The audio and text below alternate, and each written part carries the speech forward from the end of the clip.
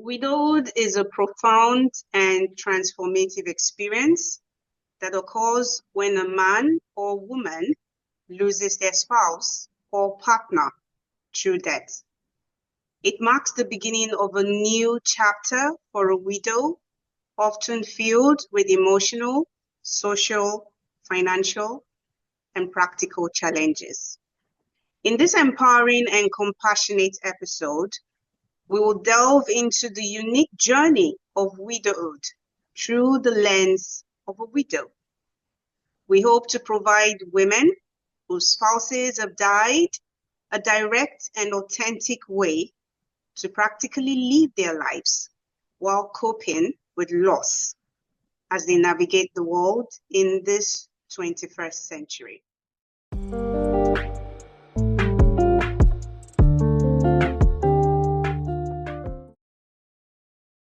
Welcome to the Help We Need podcast, where we explore topics that empower women and support their well-being.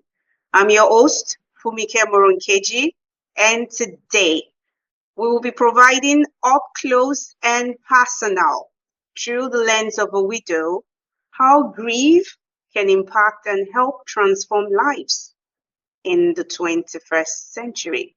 Our special guest is Mrs. Felicia Moronkeji. She is one of my moms. She's very close.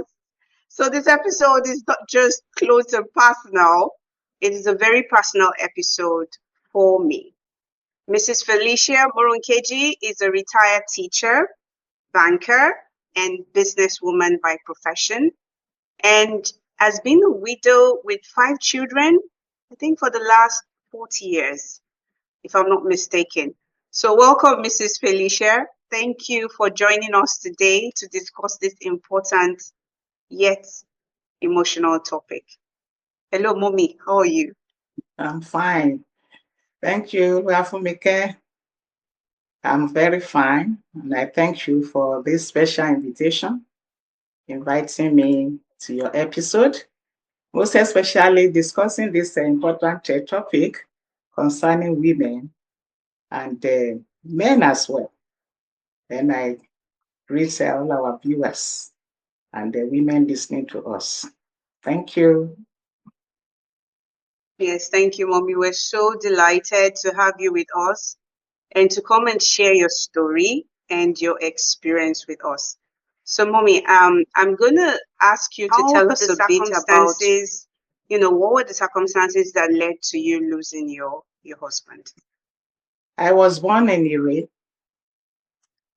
in Oshun, and I schooled at Ire as well, Baptist Day School. Before going to Iragbiji, my husband's hometown, for schooling again. I went there for my secondary modern school then. And it was there I met late Mr. Felicia Moronkeji, who later became my husband. Actually, he was one of my teachers then. Then we were both in the choir at Baptist Church, Iragbiji. But later, I left Iragbiji for Iwo again when my cousin was transferred to Baptist College to join him. And we parted then. But after my secondary modern school, I went to Baptist Women's Training College, Ile-Ife, for my grade 3 teacher's training. It was then he started writing me. And, we were keeping friends then. So when I finished, I was posted to Epe Baptist Day School, Ekiti, where I taught for a year before transferring in again to Modakeke Baptist Day School.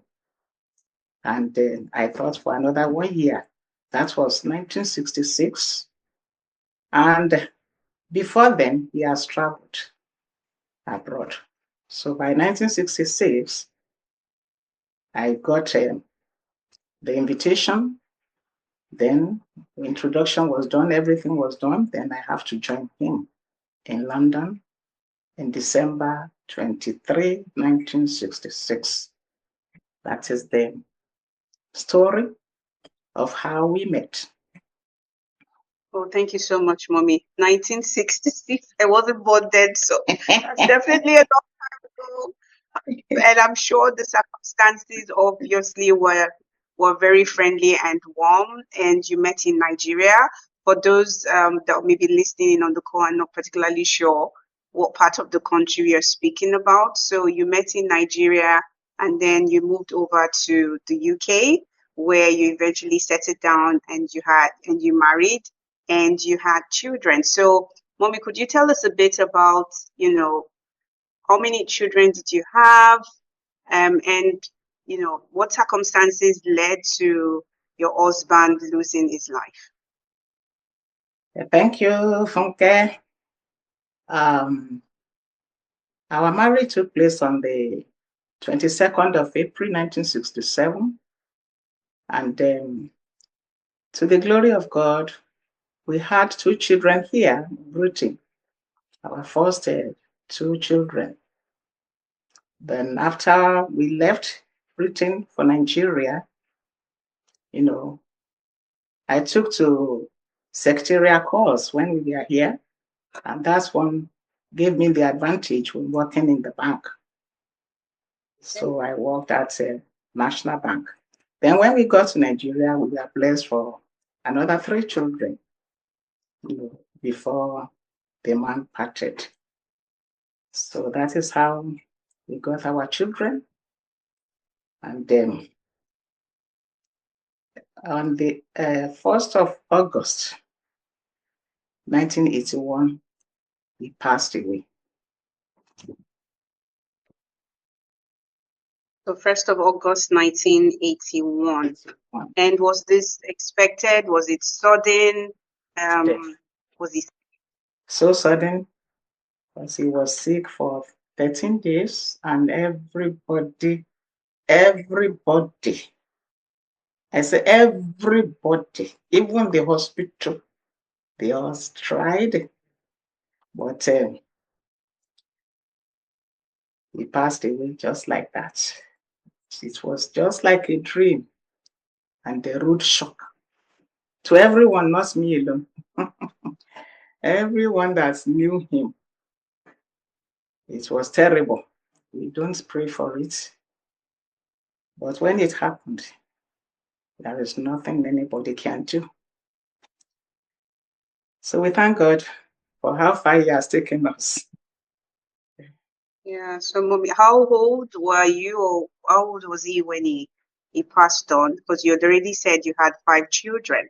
So Yes. I'm just trying to understand, how old was he? Because he seemed like a very young man at the time of his passing. This is my understanding. He was 43 years, and I was then 37 years.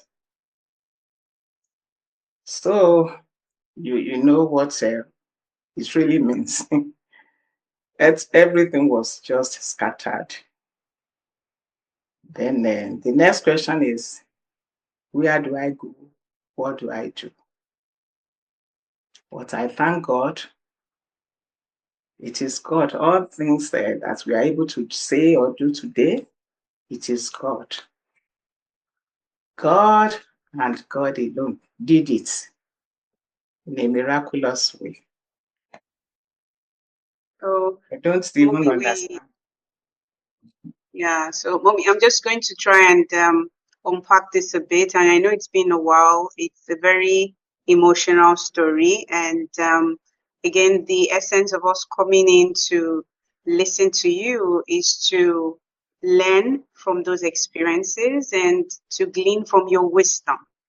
So it's been a long time, right? And I'm just wondering if you could share with us, how did you adapt to being a widow at the age of 37 with 5 children? And how has your identity, how has it evolved over those years? So I'm just trying to understand, how have you adapted? I mean, this is sudden, this is a shock. Yes. I know you said it's 4 years, but we need to understand how you how you unpack, how did you thrive? Yeah. What were your supports that were in Immediately, place? immediately he died. He was working with PZ Nigeria then. Immediately he died, I was chosen as one of their distributors. So that's one. And you remember I was working in the bank? Then they gave me the distributorship for PZ because of the children. They know there is a lot to do. So we started buying goods, distributing all around, and I was still in the bank. So I have to employ somebody, you know, to be helping me collect the goods. Home, we were selling at home then, but things were so good then. You have customer, even the goods were not enough. The little I was able to buy wasn't enough for my customers then. So, but we thank God, things were moving on. We are having income is coming in, then we are able to face financially. That one really gave me a good release. But still, something is missing. They're crying, crying, crying, crying. I keep on crying every time until then. One day, I went for revival service in one of our Baptist churches. And when you go to revival, you have something in your mind before going. And when there was an altar call, I was called by one of the counselors. Then I explained myself what happened. I was still crying, explaining to her. Then she took me back to the revivalist, and the man asked me when I narrated my story, as when your husband was alive, who was doing the job? He asked me. That's Alabi Job. I was continuing crying. I said, it's God that was doing the job. He said, are you sure? I said, yes, Dad. Are you sure? About 3 times. I said, yes. Then he said, you have no problem. If it is God that is doing the job when he was alive and you are sure from heart of your heart, is your God still alive? Or when I say he's still alive, I don't have no problem. As long as that your God is still there, he will continue doing the job. So I should just hang up on him. Then he took me to Isaiah 54, which I always used for people, and they called me, ask for counseling, that both men and women, God is our husband. So I should realize that. Then we read it, we prayed, and he handed me over to the other woman again, the counselor, who was also a widow. Then we talked and talked. Then he said I should go, keep on holding my faith and let it be strong and just face the work. And we prayed, and that is where I got the solid mind that yes, if God is still alive, He's alive for me and the family. So that one really gave me, the strong background to move on. Then prayers are going on. We know Baptist Church, we have so many programs anyway. As women, we discuss a lot in our literature books. At times, you have programs that go with widows, children, and so on. So I go to WMU, I go to the MMU choir, WMU choir, and other social activities where we learn a lot as well. At times, they will even call me to come and say something on something because of the position I was then.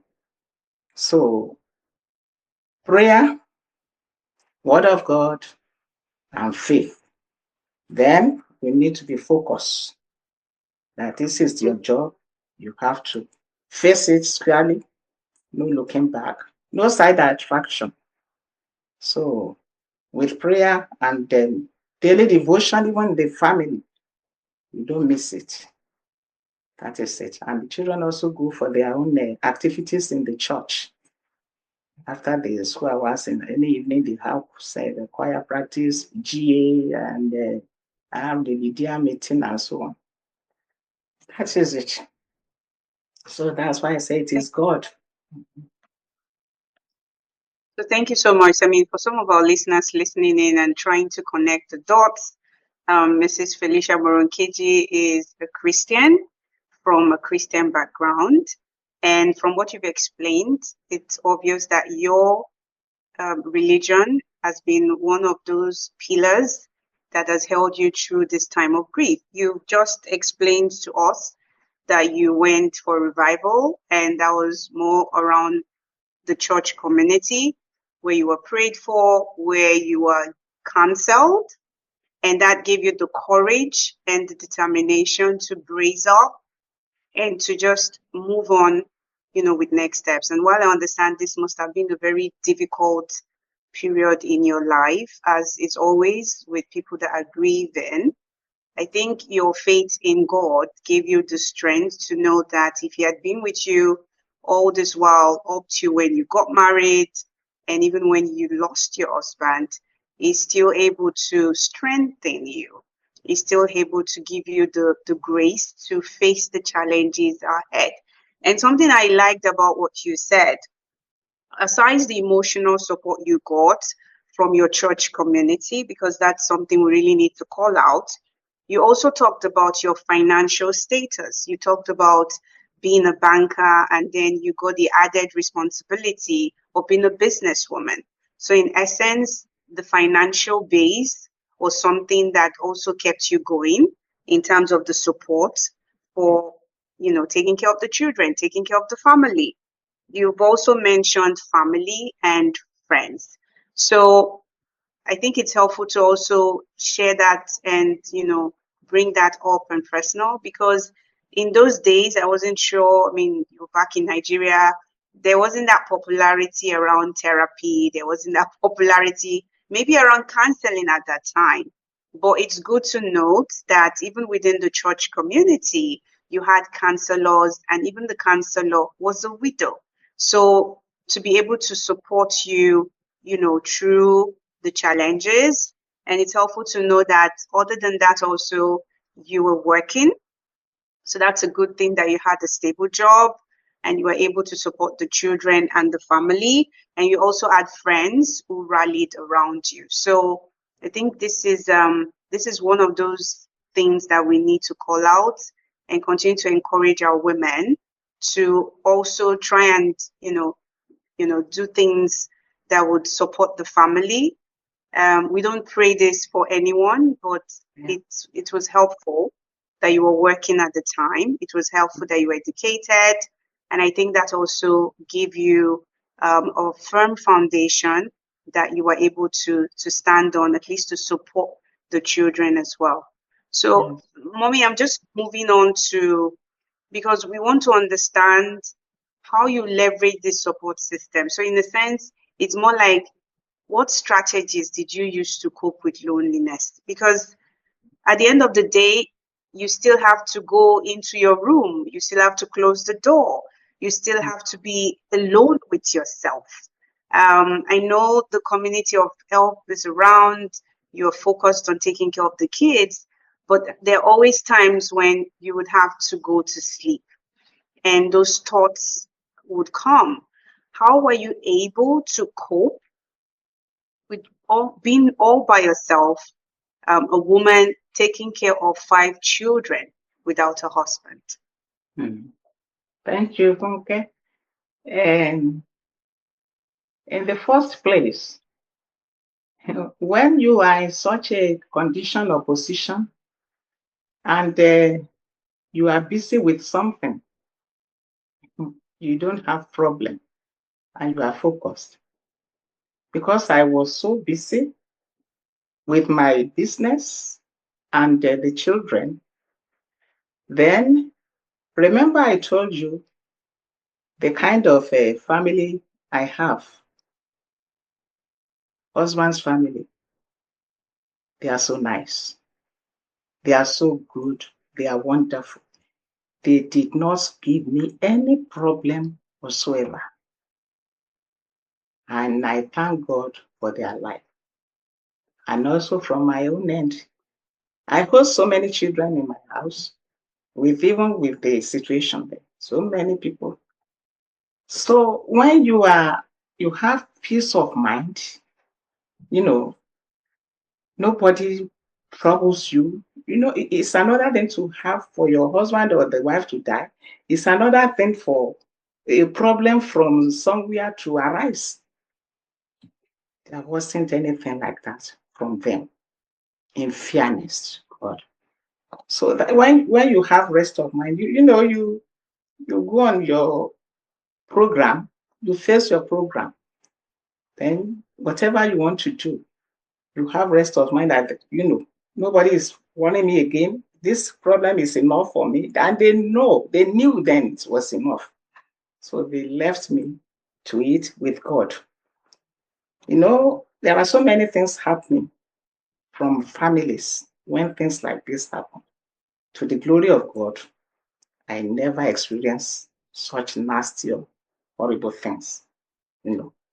Instead, if you are not do, pray. If you are not pray, you can face it. So, we were all together. That's also helped me. So if you want to sleep, you sleep. You don't think of this problem. Oh, how do I solve this? How do I do that? To the glory of God, I really thank God for them and for my own family as well.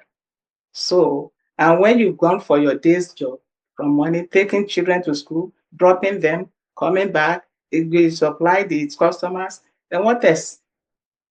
You are tired, you just shower, then you have program for tomorrow to plan again. The children also, everybody do your job. Then you have to check in the night that everything is being done. You don't leave anything for tomorrow, or else we will be delayed. So that's what I can say about that time there. When you are tired, you sleep. And by 5, we wake up again.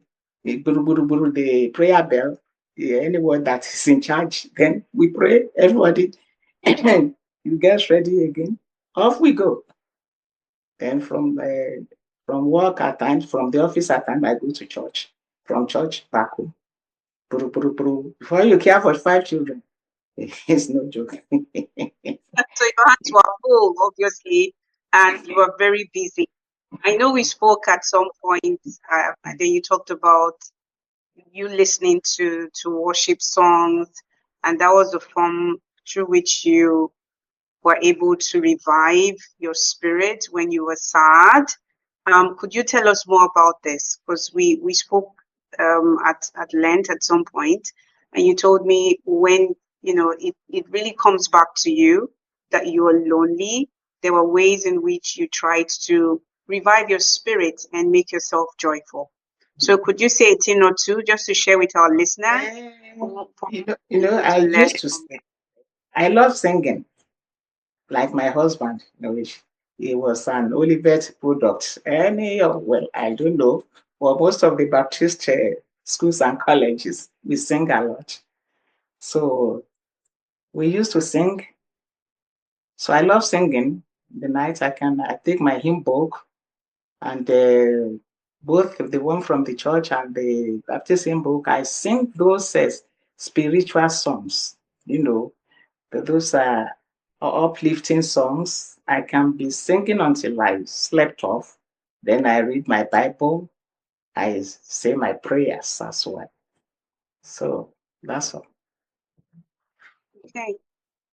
Thank you so much for sharing. For all women listening in, I think it's helpful to learn from your experiences. You were obviously engaged. You kept yourself busy. You joined the community that also supported you. So you volunteered. You did work in church. You did your day-to-day work. to get life going and making sure that you were earning an income for the family. You were there to support the children with their homework. You were there to support the children with prayer. So your hands were full. And it just shows that when you engage, um, the depression doesn't set in when you're busy, right? So it appears you occupied yourself, you found something worthwhile to do. And then when it was, those days when things were really tuning down, you engaged in worship music and you gave yourself joy. So I hope our ladies have been able to, and ladies that can relate with this situation, have been able to pick a thing or two, and just be encouraged that it's do not isolate. And everybody's story may be different. I think in your story, for those that are familiar with the African tradition, you spoke about you had good in-laws, the family didn't give you issues. It's just typical sometimes in our culture that these things may happen. But luckily for you, this was not the case. So you didn't have that burden to also focus on. So I think it's helpful, whatever situations women are in on the call, to try and join a community where they are nurtured, where they're supported, and to make sure that they don't isolate and they're not alone. And I think that in a way is a support system that would help lift them up. So thank you, Mommy, for sharing. I'm just going to talk a bit about the financial part because we've talked about that, but with 5 children and school fees, and there's you pay the rent. I mean, we can go on and on. So if you could help us understand how you manage the financial aspects of really making sure that children were well taken care of. Okay, thank you. By then, I said the business was good. And as a banker, we are used to buy shares then again, so because the forms we are always brought to the bank, so we are the first person to see the forms if you want to buy. And then I bought some shares then, and by then the buying of share was good. When you get your dividend, this is money. Unlike now that everything is being there, it's gone. So that's another aspect of income. So then the distributorship also is going.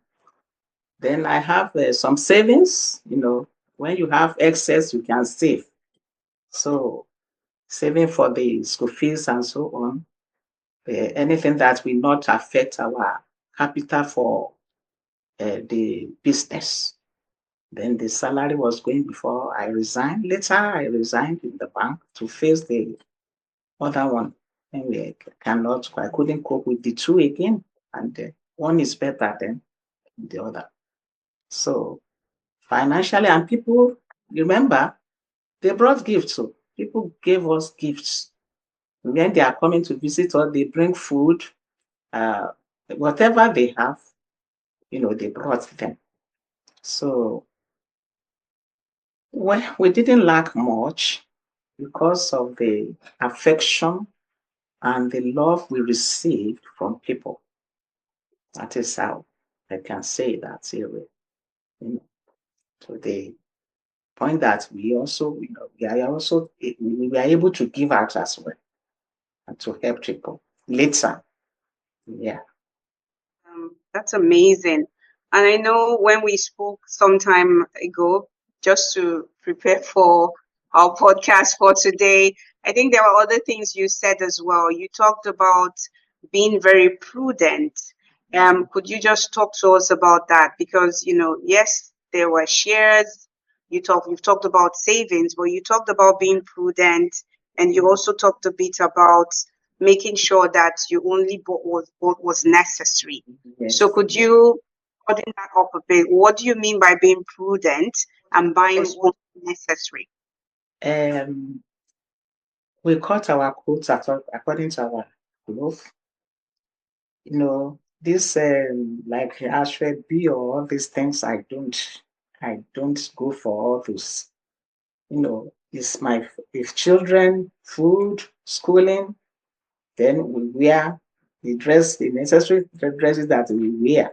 That is our focus. No side attraction.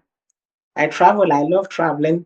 Mama traveling. I go to convention and so on. I love traveling. So then I love gardening.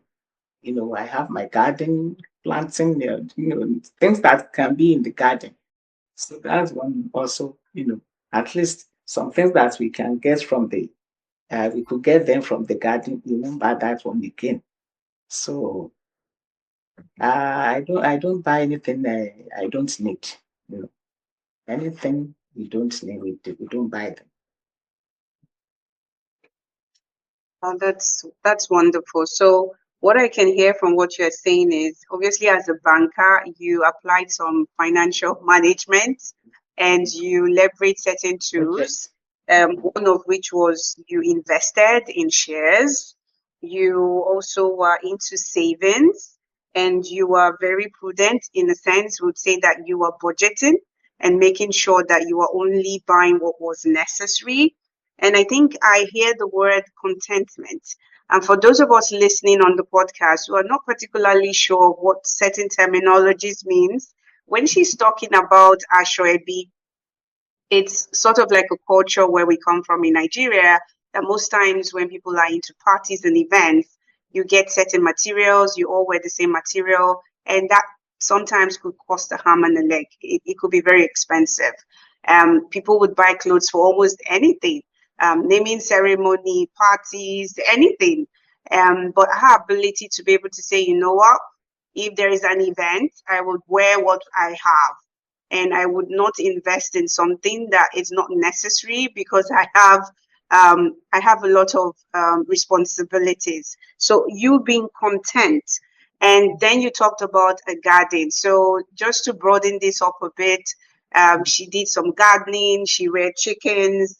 At some point, I understood that you also had animals Yeah, good. that you reared. So that kind of reduced the impact of having to go and buy certain items from the market. So, in as much as you had a job or a business, you were also resourceful and you did more in terms of what was expected so that you cushion the effect of the burden that the financial constraint would have. And I think these are good examples to share for a woman listening or for people that have women who are widows to empower them. There are certain situations where maybe some women are not educated. So I believe that, it's an opportunity for women to try and look for something to do, even if it's a skilled job, or just make sure that they are not overly dependent and they're able to be financially literate. So thank you so much for sharing this insight. They're very helpful, and I think we've gleaned a lot from your experience in terms of financial management. Again, let's remember to take care of our widows in the society by offering a helping hand. This way, we can really help them turn this difficult challenge of widowhood into an opportunity for growth and empowerment. Thank you for listening to the Help We Need podcast. Stay tuned in for more episodes on living your best lives. And until next time, stay empowered and remember to empower her.